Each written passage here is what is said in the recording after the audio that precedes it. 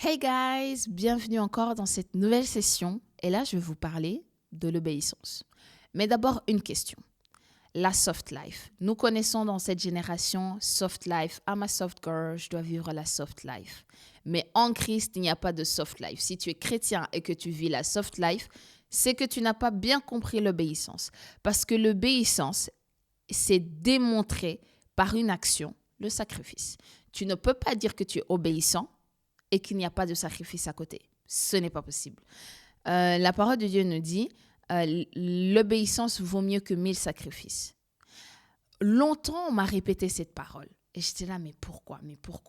Parce que obéir, faire l'action d'obéir, faire ce pourquoi on t'a demandé de faire, c'est déjà un sacrifice en soi, en elle-même. Un exemple, si Dieu te dit, te met à cœur de faire une semaine de jeûne et de prière, mais qu'en fait, tu commences premier jour, tu arrêtes. Deuxième jour, tu arrêtes. Tu fais, OK Seigneur, c'est pas grave, je vais pas faire les une semaine de prière, mais je vais plutôt faire ça. Je vais plutôt servir ça. Tu es en train de remplacer par d'autres actes qui est tout aussi bien, mais at the end of the day, tu n'es pas en train d'obéir. Pourquoi? Parce que l'action d'elle-même que tu dois faire te coûtera tellement cher qu'il n'y aura plus la place de faire toutes les autres compromis. Et aussi, l'obéissance est un acte de foi. Parce que obéir, tu dois mettre en pratique surtout la parole de Dieu.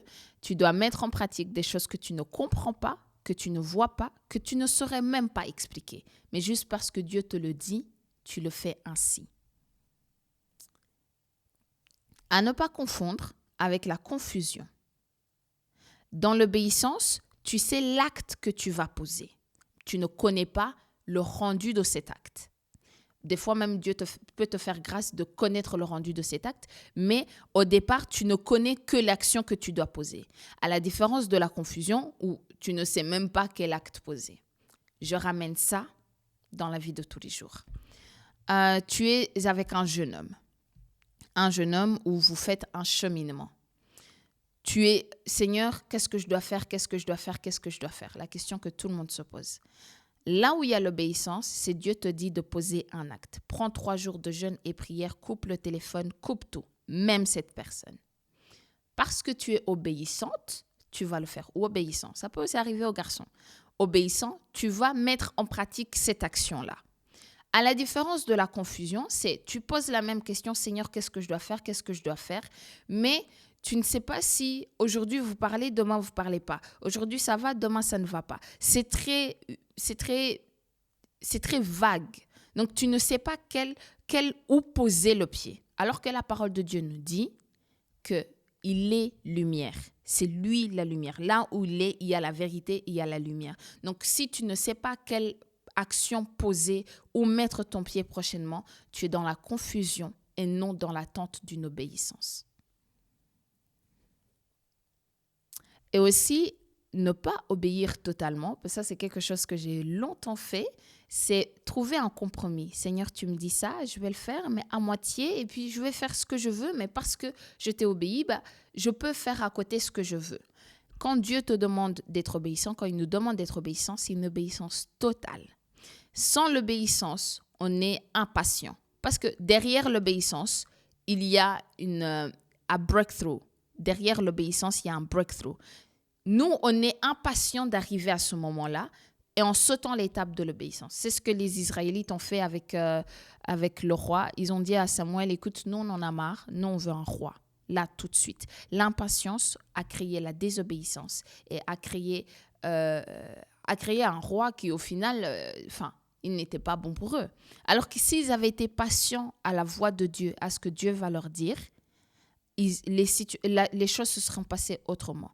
Ça me rappelle une parole de Dieu que j'aime beaucoup qui dit l'Éternel, c'est dans le calme et la tranquillité que je suis. L'obéissance te pousse à t'asseoir, à chercher la voix de Dieu dans le calme et la tranquillité. Élie, quand il était à la montagne, il a cherché la parole de Dieu. Il nous dit, j'aime beaucoup les mots utilisés dans la parole de Dieu. Il nous dit, Élie a cherché la voix de Dieu dans la mer, dans le vent, dans les choses naturelles qui existaient, mais à chaque fois, ils n'entendaient pas la voix de Dieu. Et c'est dans le calme que la voix de Dieu, il a entendu.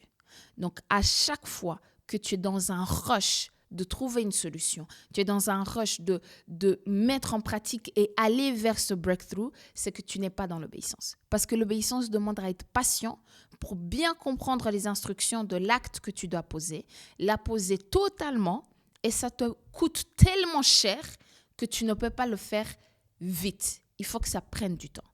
Donc, aujourd'hui, je t'encourage à être obéissant totalement.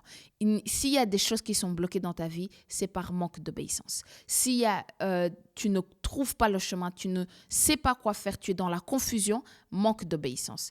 Ferme toutes les choses, reste dans le calme et la tranquillité. Et qu'est-ce que la voix du Seigneur te dit de faire? Qu'est-ce que la voix du Seigneur te dit de ne pas faire? Et paye le prix. C'est là que je reviens à ma phrase du début. Il n'y a pas de soft life en Christ parce qu'il faut payer le prix.